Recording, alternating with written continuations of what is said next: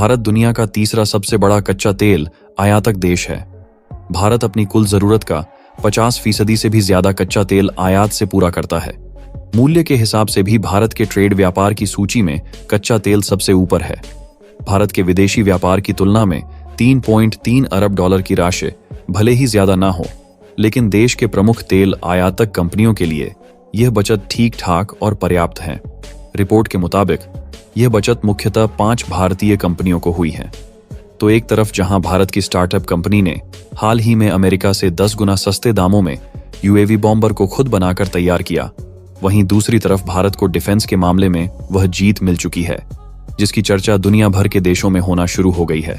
दरअसल भारत ने अब वह मुकाम हासिल कर लिया है जिसे किसी भी देश ने सोचा भी नहीं था।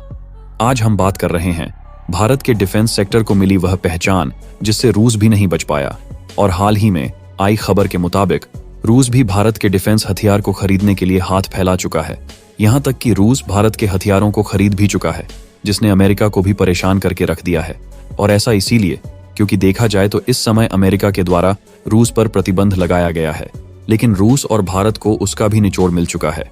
फिलहाल यहाँ पर सोचने वाली बात यह है कि जिस रूस से अभी तक भारत डिफेंस हथियारों को खरीदता था, वह रूस आखिर भारत से हथियारों को क्यों खरीद रहा है? पूरी अपडेट क्या है इस वीडियो में समझते हैं। लेकिन आगे बढ़ने से पहले भारत के डिफेंस एक्सपोर्ट को नई ऊंचाइयां मिल रही हैं। उसके लिए वीडियो को एक लाइक करके चैनल को सब्सक्राइब जरूर कर लीजिए। दरअसल यदि आपने पिछले कुछ महीनों की खबरों पर ध्यान दिया हो तो इस समय भारतीय डिफेंस हथियारों को खरीदने की होड़ दुनिया भर के लगभग सभी देशों में मची हुई है।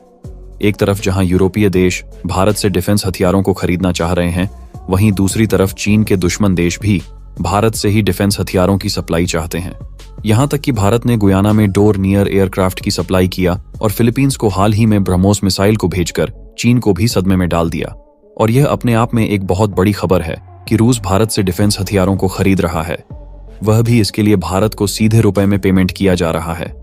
सबसे पहले आपको यह बता दें कि इस समय रूस और यूक्रेन के बीच चल रहे युद्ध को लगभग 800 दिन से भी ज्यादा हो चुके हैं, लेकिन अभी भी रूस और यूक्रेन के बीच थोड़ा सा भी लचीलापन देखने को नहीं मिल रहा है।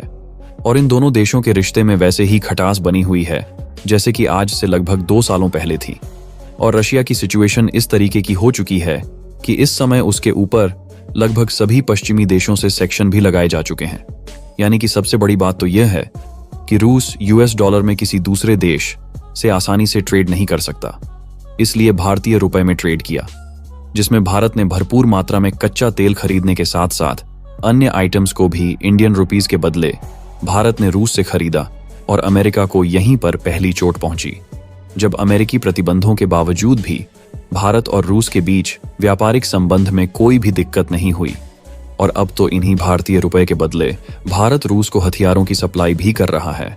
अगर देखा जाए तो रूस ने पिछले 2-2.5 सालों में केवल यूक्रेन के साथ ही युद्ध को नहीं झेल रहा है, बल्कि इसके अलावा भी वैश्विक व्यापार का युद्ध भी झेल रहा है। क्योंकि जब से यूक्रेन और रूस के बीच युद्ध शुरू हुआ है, तभी से यूरोप और अमेरिका दोनों की तरफ से रूस पर प्रतिबंध लगाया गया है। लेकिन ऐसी कठिन परिस्थिति में भी रूस खड़ा रहा, क्योंकि वह अपने व्यापार में तनिक भी पीछे नहीं हटा और किसी देश को कच्चा तेल बेचकर, तो किसी को कोयला बेचकर और किसी को गोल्ड बेचकर पैसे कमा रहा था।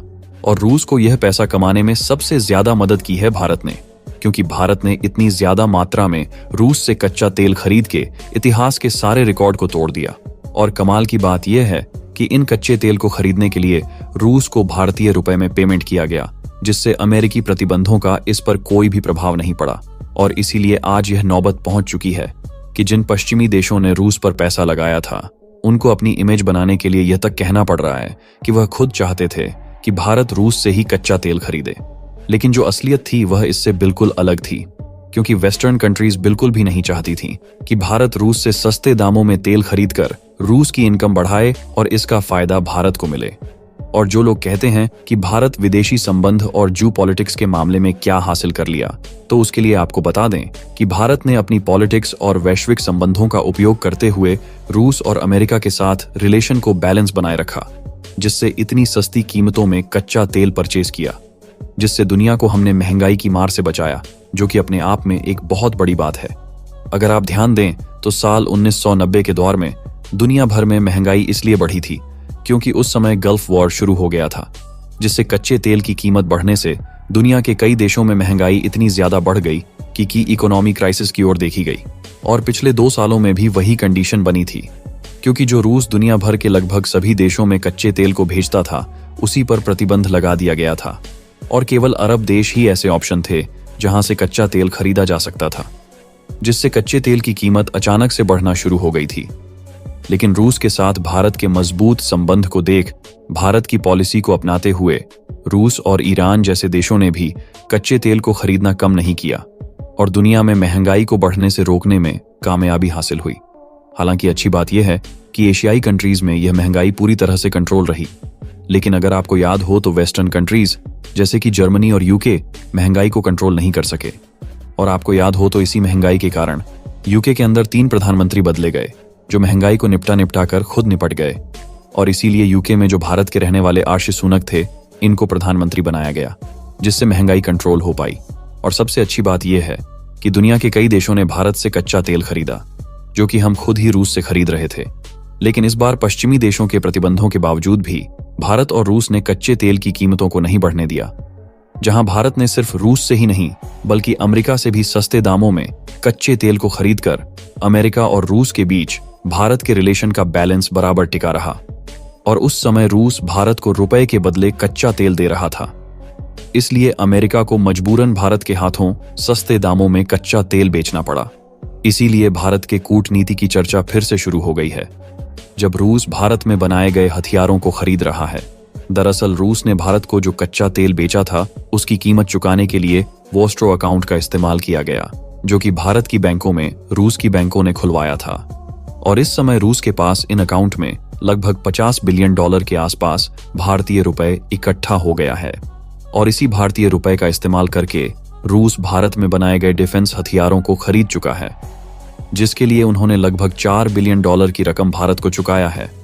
यानी भारत ने कच्चा तेल खरीदने के समय जो कूटनीति लगाई थी, वह कूटनीति भारत को अभी भी फायदा पहुंचा रही है और मेड इन इंडिया की पहचान भी बढ़ रही है। बाकी आप लोग भारत की जियोपॉलिटिक्स के लिए कमेंट बॉक्स में जय हिंद जय भारत जरूर लिखिए और इस वीडियो को एक लाइक करके अपने मित्रों तक शेयर जरूर करें, ताकि उन्हें भी जानकारी मिल सके। इसी तरह की जानकारी के लिए हमारे चैनल को सब्सक्राइब करके बेल आइकन को प्रेस करना बिल्कुल भी ना भूलें।